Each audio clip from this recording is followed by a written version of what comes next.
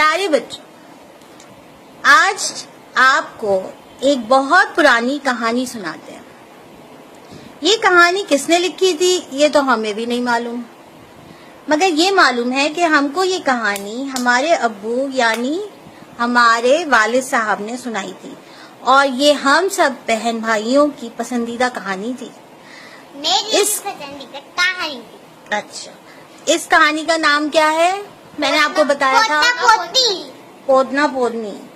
ये कहानी दो नन्हे नन्हे परिंदों की है जिनको उनके छोटे से कद की वजह से पोदना पोदनी कहा जाता था और इस कहानी का इसीलिए नाम भी है पोदना पोदनी। तो प्यारे बच्चों, प्यारी अलीज़ा है, प्यारी शान से बहुत जमाने का जिक्र है। किसी मुल्क में एक राजा रहा करता था। उस राजा का एक बड़ा सा महल था। मैंने आप लोगों को ये कहानी सुनाई है, बीच बीच में आप लोगों से पूछूंगी। उस राजा का एक बड़ा सा महल था। उस महल में एक बड़ा सा बाग था। उस बाग के एक ऊंचे से पेड़ पर पोदना अपनी पोदनी के साथ रहता था।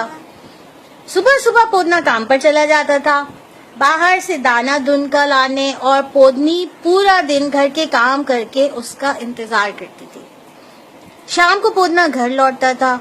दोनों के पोदना सुबह सुबह अपने काम से निकल गया। उस दिन मौसम बहुत अच्छा हो रहा था। पोदनी घर के काम खत्म करके फुर से उड़कर बाहर निकल गई। कभी एक पेड़ पर कभी दूसरे पेड़ पर बैठती रही। बहुत मजा आने लगा तो क्या करने लगी? तो वो गाना गाने लगी। पोदनी ने मजे से अपनी सुरीली आवाज में गाना गाना शुरू कर दिया। उसी वक्त राजा भी अपने महल के बाग के चक्कर लगा रहा था। उसे गाने की आवाज आई। उसने अपने वजीर से पूछा, ये कौन इतना खूबसूरत गाना गा रहा है? वजीर ने कहा, आका, ये पोदने की पोदनी गा रही है। राजा ने कहा, इसको पकड़कर मेरे महल में ले आओ। हम इसे महल में रखेंगे और रोज इसका गाना सुनेंगे। बस फिर क्या था, राजा के वजीर ने अपने सिपाहियों को हुक्म दिया और फौरन जाल डालकर पोदनी पकड़कर अपने महल में ले गए। शाम को पोदना घर लौटा। देखा तो पोदनी गायब नहीं थी। उसने पोदनी को आवाजें दी, पूरे बाग का चक्कर लगाया, मगर पोदनी वहां होती तो मिलती। पोदने ने फिर हर एक से पूछना शुरू किया। किसी ने उसे बताया कि कुछ लोग आए थे और पोदनी को राजा के वो सिपाही लग रहे थे, वो पकड़ कर ले गए और महल के अंदर कैद कर दिया। अब जो था, रात हो गई, ना खाना खाया पोदने से, ना खाना खाया गया। वो बहुत परेशान हो गया, ना पानी पिया, बस सोचता रहा। क्या सोचता रहा? से कैसे लड़ूंगा? राजा के महल से, जालिम राजा के पंजे से कैसे अपनी पोदनी को छुड़वा कर लाए। सारी रात सोचते सोचते गुजर गई। आखिर उसको एक तरकीब आ ही गई। सुबह फजर की अजान होते ही पोदना घर से निकला। बाग में एक दरख्त से उसने 2 सरकंडे काटे, यानी लकड़ी के 2 बड़े बड़े डंडे, और उसकी बनाई गाड़ी, उसमें लगाए 2 मेंढक और चला राजा के महल की तरफ। राजा के महल के पास अभी वो जा रहा था। रास्ते में चलते चलते चलते चलते नहीं, उसको कौन मिला रास्ते में? बब्बर शेर। उसको बब्बर शेर मिला। बब्बर शेर ने उससे बोला, पोदने भाई कहाँ जा रहे हो? तो पोदने ने क्या बोला? सरकंडे की गाड़ी बनाई, 2 मेंढक जोते जाऊं, राजा ने पकड़ी पोदनी, मैं राजा से लड़ने जाऊं।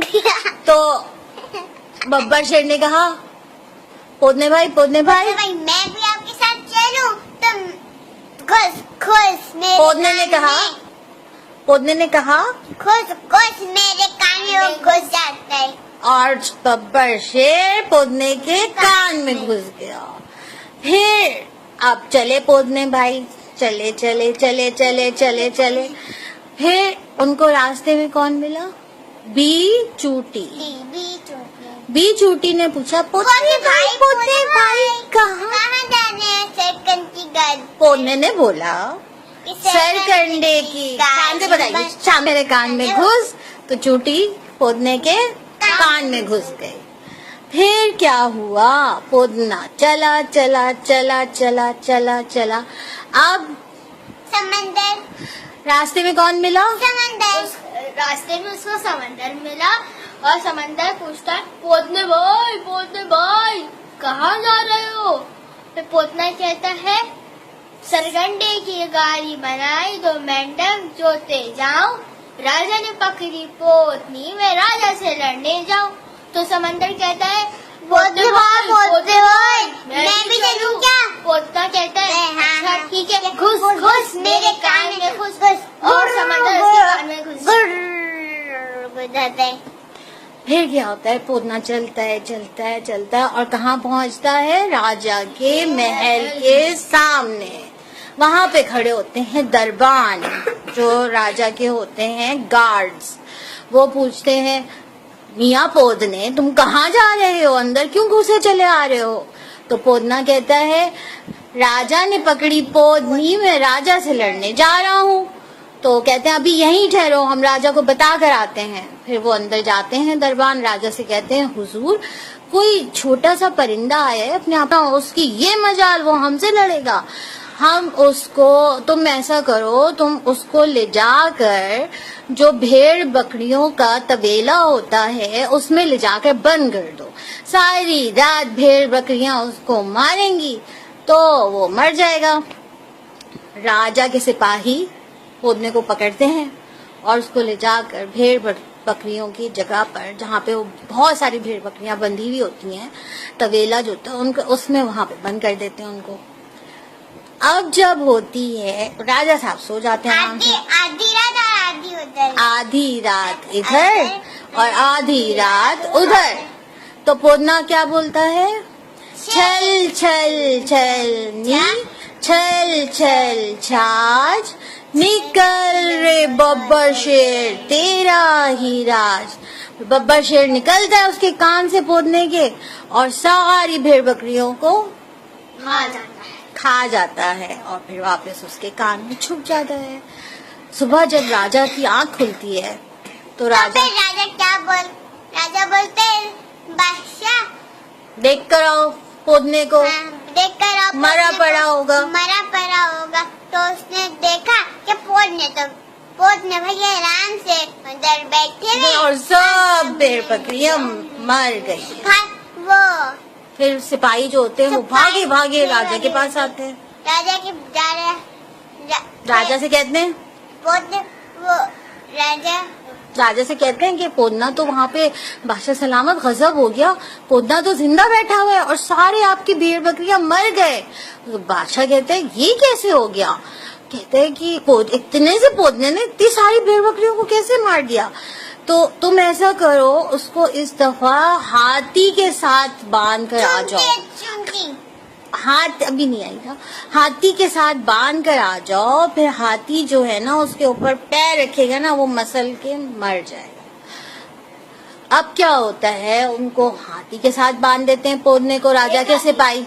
एक हाथी होता है। नहीं अभी रुक जा। फिर जब होती है आधी रात इधर और आधी रात उधर, तो पोदना बोलता है, छल छल छल नी, छल छल छाछ, निकल री बिचूटी तेरा ही राज। बिचूटी उसके कान से निकलती है पोदने के और हाथी की सूंड में घुस जाती है चुपके से, उसको इतनी जोर से काटती है, इतनी जोर से काटती है, हाथी धड़ाम करके गिरता है और मर जाता है। अब सुबह होती है, राजा कहता है, हाँ भाई जरा देख कर आओ पोदने साहब का क्या हुआ। तो राजा के सिपाही आते हैं, पोदने को देखते हैं, वो तो पोदना तो सही बैठा हुआ है, हाथी इतना बड़ा सारा नीचे फर्श पे गिरा हुआ है। अब क्या होता है, वो क्या भागे भागे राजा के पास आते हैं कि राजा साहब गजब हो गया, पोदना तो जिंदा सलामत बैठा है और हाथी तो मर गया। तो बादशाह कहते हैं ये कैसे हो सकता है, ये तो नामुमकिन है, मुझे समझ में नहीं आ रहा है इतने से पोदने में इतनी ताकत कैसे आ गई।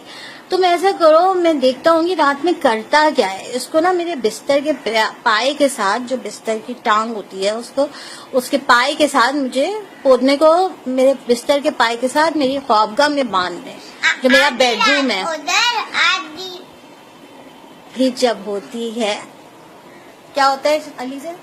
आधी रात उधर, आधी रात उधर। तो पोदना क्या बोलता है? पोत में लेकर मैं चल चल चलनी, चल चल छाछ, निकल रे समंदर तेरा ही राज। उधर मैजिक की भी तो आता, मैजिक। ये मैजिक क्या तो स्पेल है, मंत्र है ये मैजिक का। मैजिक का जादू का मंत्र होता है ये, जब बोलता है ना छल छल छलनी, चल चल छाछ, निकल रे समंदर तेरा ही राज। तो समुंदर निकलता है और पूरा समुंदर निकलता है और पूरा बादशाह का महल डूब जाता है उसमें। सारी चीजें उसमें तैरने लगती हैं, पूरा महल उसमें डूब जाता है और पोदना उसमें से निकल जाता है, उसकी रस्सी से खुल जाती है और पानी के जैसे, और फिर वो पोदनी को अब खुर से उड़ के जाता है जहाँ पे पोदनी बंद होती है, वहाँ से पोदनी को छुड़ाता है और वो दोनों बादशाह सब लोग उड़ जाते हैं पानी से। वो लोग तो पानी में डूब जाते हैं ना, अब फिर वो और पोदना पोदनी उड़ जाते हैं। पोतना मतलब पोती गया, वो पोती को ढूंढ के उसको अपने वो दोनों उड़ जाते हैं, फ्लाई कर जाते हैं। फिर वो लोग बादशाह के महल से दूर फ्लाई कर जाते हैं और फिर एक और बाग में जाते हैं। पोतनी बोलती है थैंक यू पोतना। ना, ये तो मैं भूल ही गई थी, वो थैंक यू अली से आपने याद दिला दिया। फिर पोदनी बोलती है थैंक यू पोदना, और फिर पोदना और पोदनी हंसी खुशी दूसरी जगह पर अपनी जिंदगी गुजारने लगते हैं। कहानी खत्म, पैसा हजम।